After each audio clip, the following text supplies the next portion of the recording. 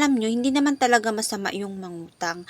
Kasi like for example, emergency, kailangan mo ng pera or may paglalaanan ka ng pera or like gagamitin mo sa mga handaan, binyagan or birthdayhan.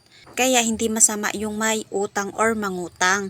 Basta matuto ka lang bumayad sa takdang oras at hindi mo pinapahirapan yung taong inutangan mo. Kasi hindi lang yan basta-basta nagpapautang sa'yo. Kasabay na dyan yung tiwala niya kasi pinautang ka niya.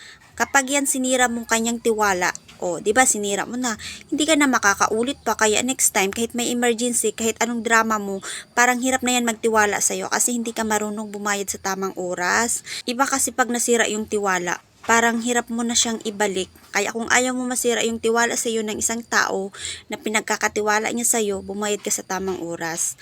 At wag mong papahirapan yung taong inutangan mo para makakaulit ka pa.